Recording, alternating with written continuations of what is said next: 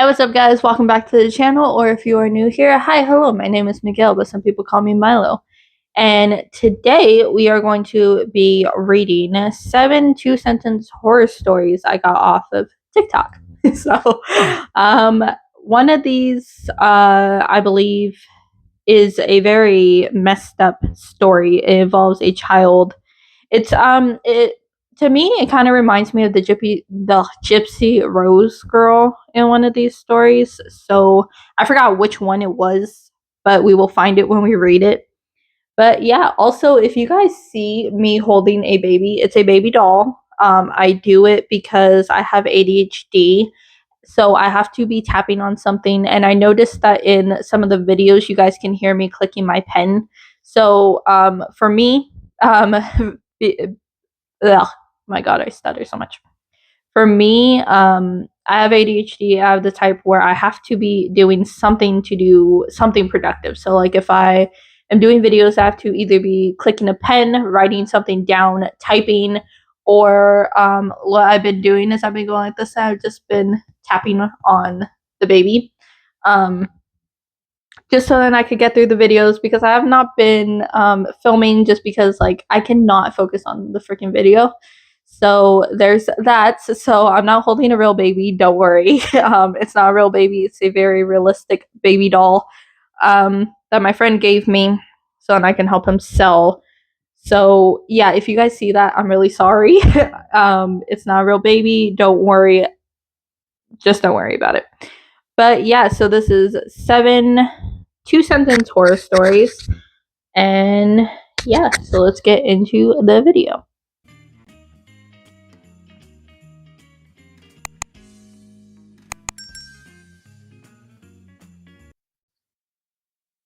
The fortune teller warned the date of my son's birth would bring unspeakable sorrow. But I dismissed her as a fraud when he was born perfectly healthy. It was years before I understood the true meaning of her words. After I'd made the mistake of using his birthday as the combination for my gun safe. Oh. Okay. I don't know how to think about that one. Did he commit? And, like, that's why? Or did he just find the gun and then, like, accidentally die? That's still so freaking sad. But my mind, whenever I think of gun safe, I think of the kid, like, committing. That's the only thing that I can think of. After sedating my cheating wife, I bricked her up alive in the wall of the house. After a week, her screams and sobs subsided. But now, 6 months later, they've started back up again. Is she Bruno from Encanto? She's over here living in the walls and shit.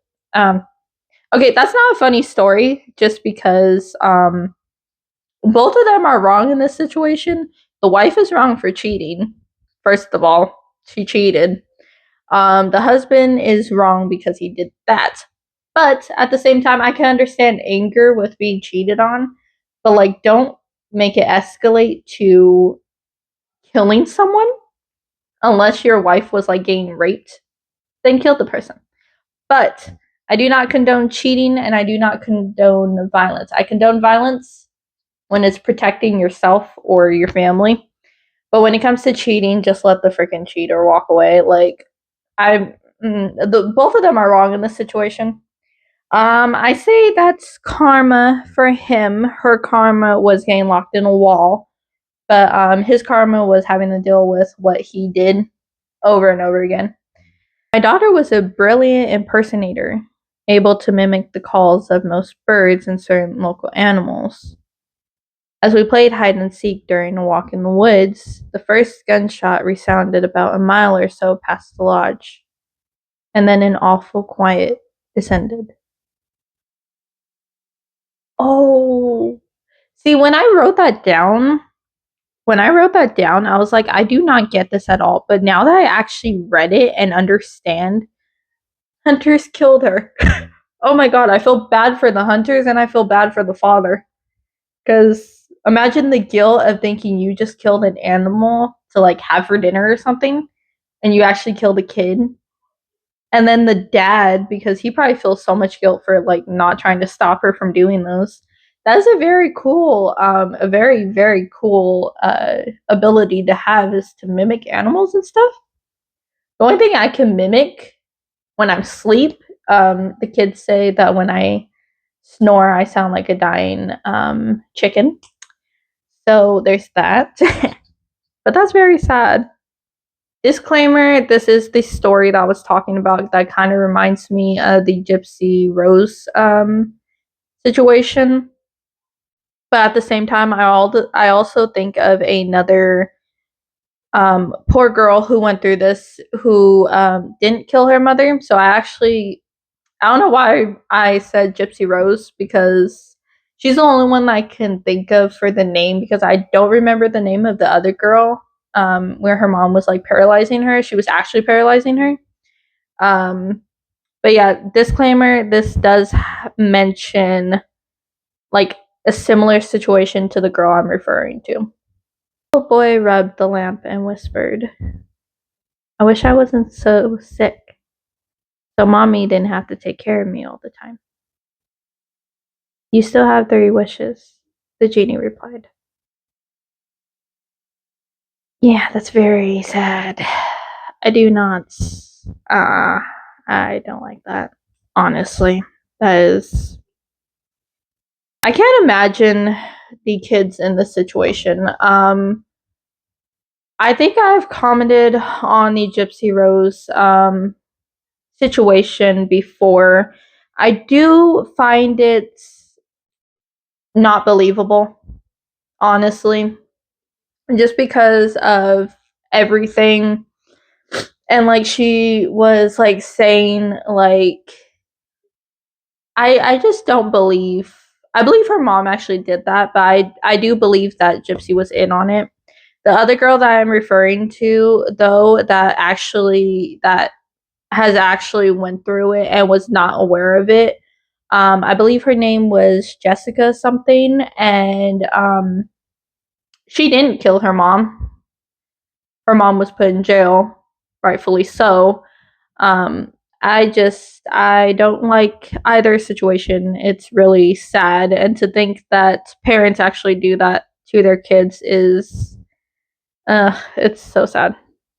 So sorry, my love.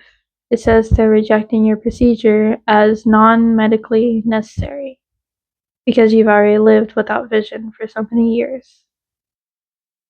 She collapsed into my arms and began to sob as I savored the quiet satisfaction of being needed. The letter with its bold treatment approved notice already forgotten on the table. Oh, you fucker. What? That is. See, I understand people be like liking being needed, and it doesn't matter if it's a male or female. Um, I I understand liking being needed, but don't go to that extent. Like if she can have her vision, just let her have it. There's ways that you can be needed in other ways, like emotionally. Like, don't go to that extent. The child giggled as he painted the walls with red, dipping his tiny fingers into the puddle at his feet. When his mother asked where the dog was, he smiled and then pointed to the brush made of bone and fur. Isn't that signs of being a psychopath? You end up killing like as a kid, and it usually starts with animals. I think you got a little psychopath on your hands, miss. He grabbed my finger tightly, shoved it in his mouth, and bit down as hard as he could. So I punched him in between his eyes. I'm sorry, sir, the judge replies, in disgust. But you're telling me that you beat your newborn baby to death because he bit your finger?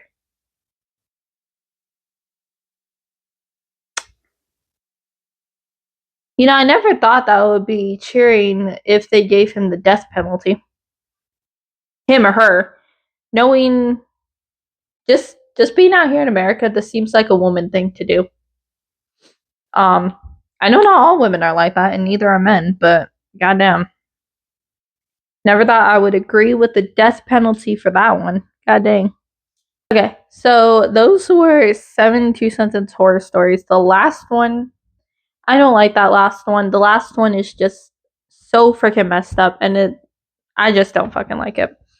But yeah, comment down below your guys' thoughts on this video, along with other stories you guys will like me to do, or stories and videos actually.